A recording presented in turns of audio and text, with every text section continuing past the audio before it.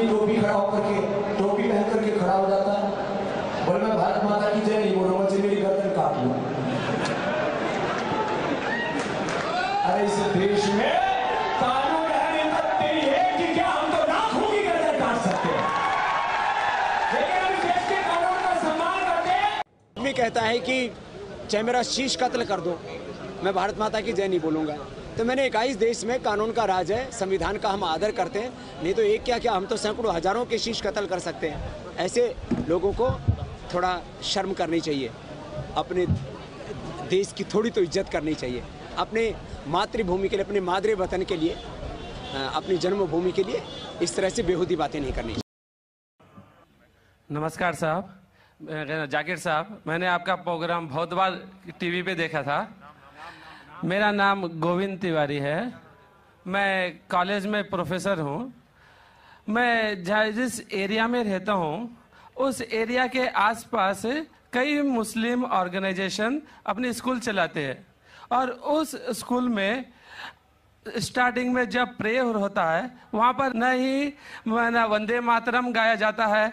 जब मैंने उनके प्रिंसिपल से पूछा कि आप ऐसा क्यों करते हो, आप वंदे मातरम भी नहीं गाते हो स्कूल में, तो कहते हैं वंदे मातरम में हिंदू है, और उनकी स्कूल में, कई स्कूलों में हिंदी भाषा ही नहीं है, हिंदी ही नहीं पढ़ाया जाता है, और उनके कहा ना देशभक्ति की कुछ भी पढ़ाने के लिए वे कतराते हैं। देशभक्ति के लिए आपके मजहब में किस तरह से डिफाइन किया गया है, ये जरा मुझे बताएंगे। भाई साहब ने एक सवाल पूछा है कि वो कई बार मेरे प्रोग्राम सुनते हैं टेलीविज़न पे, और कहा है कि एक इलाका है जहाँ कई मुसलमान स्कूल है, लेकिन वहाँ वंदे मातरम नहीं पढ़ाया जाता है, हिंदी नहीं पढ़ाया जाता है, क्या सही है? और आपके मज़हब में, इस्लाम में देशभक्ति के बारे में क्या कहा गया है? पहला सवाल कि मुस्लिम स्कूल में वंदे मातरम क्यों नहीं कहा जाता। हमें ये देखना चाहिए कि कोई भी गाना या कोई भी चीज़ आप कहते हैं उसकी मानी क्या है। आप जब वंदे मातरम पढ़ते हैं उसकी मानी है कि हम सिजदा करते हैं इस देश जो हमारी माता है, ऐसे कहा जाता है, और हम इसकी पूजा करते हैं। ये हमारे लिए शिर्क है, शिर्क है इस्लाम में, और गलत है हिंदुइज्म में भी। हिंदुइज्म में भी आपको इबादत सिर्फ करना चाहिए एक खुदा की, धरती की नहीं। तो हिंदुइज्म में भी गलत है, क्रिश्चियनिटी में भी गलत है, इस्लाम में ही गलत है। लेकिन आम हिंदू अपने मजहब को नहीं जानते, अपनी मजहबी किताबें नहीं पढ़े हैं, इसीलिए कोई भी आप गाना गाते हैं अगर उसके मानी खुदा के खिलाफ है, अल्लाह सुब्हानहू व तआला के खिलाफ है, भगवान के खिलाफ है, तो ऐसा गाना गाना गलत है। आपने मुझे शुरुआत में नमस्ते कहा, नमस्ते, नमस्ते के क्या मानी है भाई साहब, आप बोल सकते हैं? नहीं पता क्या मानी है? माइक्रोफोन ऑन कीजिए जरा भाई साहब का।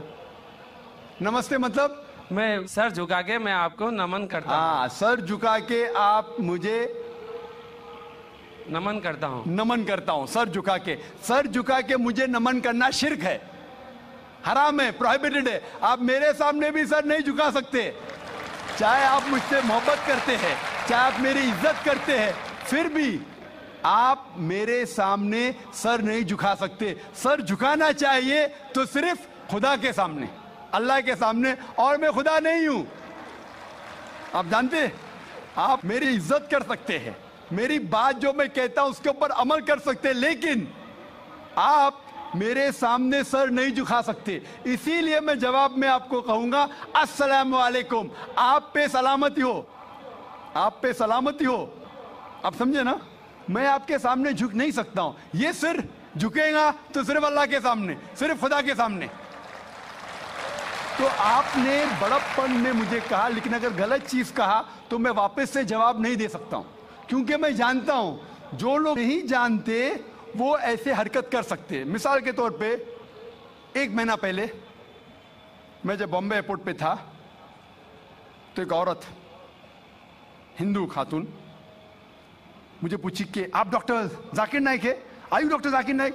मैंने कहा जी हाँ। ओ, मैं आपका रोज प्रोग्राम देखती हूँ, मैं दुबई से 25 साल के बाद बंबई में आ रही हूँ, 25 साल के बाद हिंदुस्तान में आ रही हूँ। उसके सिर पे टीका था, हिंदू औरत थी, बोलती मैं आपके प्रोग्राम देखती हूँ और बहुत अल्हम्दुलिल्लाह तारीफ करने लगी। सारी तारीफ अल्लाह की है, मैं कुछ भी नहीं हूँ। और फिर कहने लगी कि मैं तुम्हारे पैर छूना चाहती हूँ। मैंने कहा कि ये गलत है, शिर्क है। तो बोले क्यों? वही जवाब मैंने दिया, आप जो भी कहो मैं आपकी बात मानूंगी। तो मैंने कहा आप कुरान मजीद पढ़िए, कुरान मजीद पढ़िए और इसके ऊपर अमल कीजिए। और मैंने तकरीर की है similarities between Islam and Hinduism, Islam और हिंदुइज्म में यकसानियत।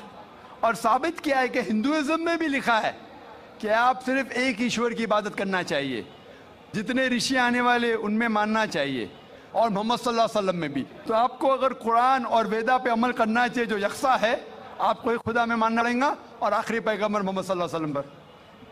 आपका और एक सवाल था कि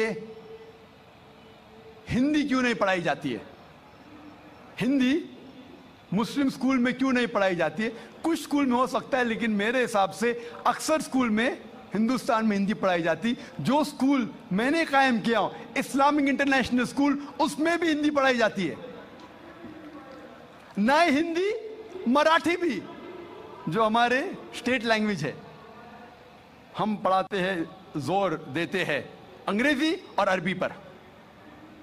नंबर 1 अंग्रेजी अरबी, फिर उर्दू, हिंदी, मराठी, आगे चल के संस्कृत भी सिखाएंगे, संस्कृत भी, ताकि हिंदुस्तानी लोग जितने मज़ाहिब इस देश में हैं उसको समझे। मैं गवर्नमेंट से कहता हूं कि हिंदुस्तान में संस्कृत आम करो। संस्कृत आम करेंगे तो लोग वेदा पढ़ेंगे, पढ़ने के बाद हक के तरफ आएंगे और हिंदू मुस्लिम एक हो जाएंगे। हिंदी को छोड़ो, संस्कृत, क्योंकि वेद संस्कृत में, हिंदी में नहीं है। हिंदू की जबान है संस्कृत। और मैंने तकरीर की है हिंदुइज्म और इस्लाम में यकसानियत। लेकिन आम हिंदू अपनी मजहबी किताब पढ़ा ही नहीं तो क्या जानेगा। तो मैं संस्कृत कोट करता हूं, फिर तर्जुमा करता हूं और कहता हूं कि आपको अगर लगता है कि मैं कुछ गलत कह रहा हूं, रेफरेंसेस देता हूं मैं। आपका आखिरी सवाल था कि इस्लाम में देशभक्ति के बारे में क्या कहा गया है। इस्लाम में कहा गया है कि सबसे पहले जो मैं बात मानना चाहिए वो हमारे खालिक की, बनाने वाले की, खुदा की, अल्लाह की, सबसे पहले। अगर अल्लाह की बात से कोई दूसरी बात टकराती है तो उसे छोड़ देना चाहिए। जहां तक कि मैं हिंदुस्तानी हूं और मैं गर्व से कहता हूं कि मैं फंडामेंटलिस्ट मुस्लिम हूं, I am a good practice Indian. Fundamentalist, बुनियाद परस्त मुस्लिम भी हूं और अच्छा हिंदुस्तानी भी हूं। मैं हिंदुस्तान के कॉन्स्टिट्यूशन को जानता हूं। हिंदुस्तान के कॉन्स्टिट्यूशन में एक भी चीज फर्ज नहीं है जो इस्लाम में हराम है, और ऐसी कोई भी चीज नहीं है जो हमें मजबूर करती है जो इस्लाम में हराम है। और हिंदुस्तान के कॉन्स्टिट्यूशन में, इंडियन कॉन्स्टिट्यूशन में ऐसी कोई भी हराम चीज नहीं जो इस्लाम में फर्ज है और इंडियन कॉन्स्टिट्यूशन में हराम है। तो मैं दोनों को साथ में लेके चलता हूं। लेकिन अगर टकराव होगा, मेरे हिसाब से I can be a very good Muslim and a good Indian. मैं अच्छा मुसलमान भी हूं और अच्छा हिंदुस्तानी भी हूं। लेकिन अगर आगे चल के, अभी तो कोई टकराव नहीं है, लेकिन अगर आप ऐसे देश में हैं जो देश का कानून अपने खालिक के कानून से टकराता है, तो खालिक का कानून ऊंचा है, खालिक का कानून ऊंचा है, खुदा का कानून ऊंचा है, अल्लाह का कानून ऊंचा है। फिर आता है देश। देश ने हमें, ठीक है, ये देश में हम जीते हैं, देश हमारे लिए फैसिलिटीज देता है, लेकिन हमें जान किसने दी? देश ने या खालिक ने? खुदा ने दी। ये हवा जो है, ये हवा के बिना 5 मिनट भी आप जिंदा नहीं रह पाएंगे। कितना? 5 मिनट भी नहीं जिंदा रह पाएंगे। किसने दी? देश ने या अल्लाह ने? खुदा ने। देश ने भी हमारे लिए अच्छे काम किए। मैं देश के खिलाफ नहीं हूं, मैं भी देशभक्त हूं। देशभक्त के मानी क्या? अगर आप बोलते देशभक्त मतलब देश की इबादत करना, तो मैं देशभक्त नहीं हूं। अगर देश की तरक्की चाहता हूं, हाँ मैं हूं देशभक्त। तो देशभक्त की मानी क्या इंपॉर्टेंट है। अगर देशभक्त मतलब देश की इबादत करना, तो ये गलत है। इबादत सिर्फ मैं खालिक की करता हूं, अल्लाह की करता हूं, खुदा की करता हूं। लेकिन देश की भलाई चाहता हूं। अगर वो देश कोई कानून लागू कर रहा है, वो शरीयत के अंदर है, खुदा के कानून के दायरे के अंदर है, तो मैं उनके साथ हूं। कई चीजें इस्लाम में मुबाह है, ऑप्शनल है, और अगर देश उसे कहता है कि करो, तो मैं करूंगा।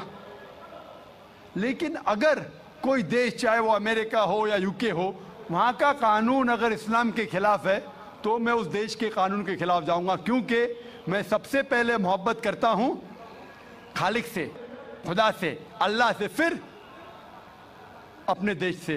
तो जहां तक के देश का कानून खालिक के कानून से नहीं टकराता है, हमें उस कानून पे अमल करना चाहिए। और मेरे नजरिए से एक भी हिंदुस्तान का कानून मुझे मजबूर नहीं करता इस्लाम के खिलाफ। इसीलिए मैं कहता हूं, I am a very good practising Muslim, fundamentalist Muslim, at the same time a very good practising Indian. Hope that answers the question.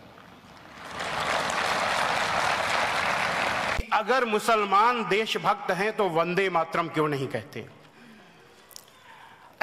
कुछ लोग ऐसे भी हैं जो बहुत समय से कहते आ रहे हैं कि मुसलमान भाई वंदे मातरम नहीं कहते, इसलिए वो देश के गद्दार हैं, और नारे लगाते हैं कि अगर यदि भारत में रहना है तो वंदे मातरम कहना है। ऐसे वंदना का अर्थ है स्तुति, और स्तुति ही पूजा है। इंसान जिसकी पूजा करता है उसी की वंदना करता है, और जिसकी पूजा नहीं करता उसकी वंदना नहीं करता। कण कण में भगवान है ऐसा मानने वाला हिंदू भारत माता की वंदना करके, यानी वंदे मातरम कह के गर्व महसूस कर सकता है, गर्व महसूस करता है। लेकिन एक मुसलमान के लिए ठीक उल्टी चीज है।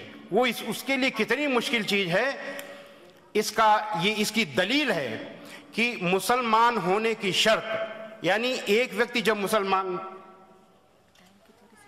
अच्छा ठीक, तो बहुत संक्षेप में हम बता रहे हैं, मुसलमान बनने की शर्त है कि अशहदु अल्लाह इलाहा इल्लल्लाह व अशहदु अन्न मुहम्मदर रसूलुल्लाह।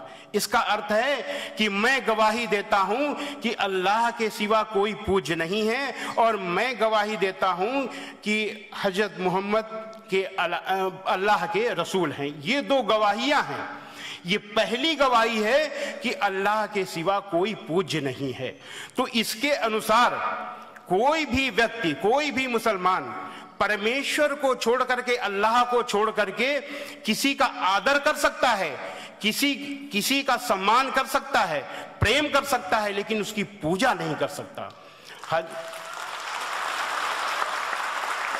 दुनिया के मुसलमान हजरत मोहम्मद सल्लल्लाहु अलैहि वसल्लम को संसार में सबसे अधिक प्रेम करते हैं, सबसे अधिक आदर करते हैं, लेकिन आपकी वंदना नहीं करते, क्योंकि वह वंदना केवल अल्लाह की करते हैं। माँ जिसके पैरों के नीचे जन्नत होती है, ऐसा मानने वाले मुसलमान अपनी माँ से प्यार करते हैं, अपनी माँ का आदर करते हैं, लेकिन उसकी वंदना नहीं करते, क्योंकि वे वंदना केवल अल्लाह की करते हैं। इसी तरह इस देश के करोड़ों करोड़ों मुसलमान इस भारत माता को बहुत प्यार करते हैं, इस भारत माता का बहुत आदर करते हैं, लेकिन उसकी वंदना नहीं कर सकते, क्योंकि वे वंदना केवल अल्लाह की करते हैं। इस भारत माता पर अगर कोई संकट आ जाए, कोई खतरा हो जाए, तो इस देश के लाखों लाखों मुसलमान अपनी गर्दन कटा सकते हैं, पर गर्दन झुका नहीं सकते, क्योंकि वे वंदना केवल अल्लाह की करते हैं।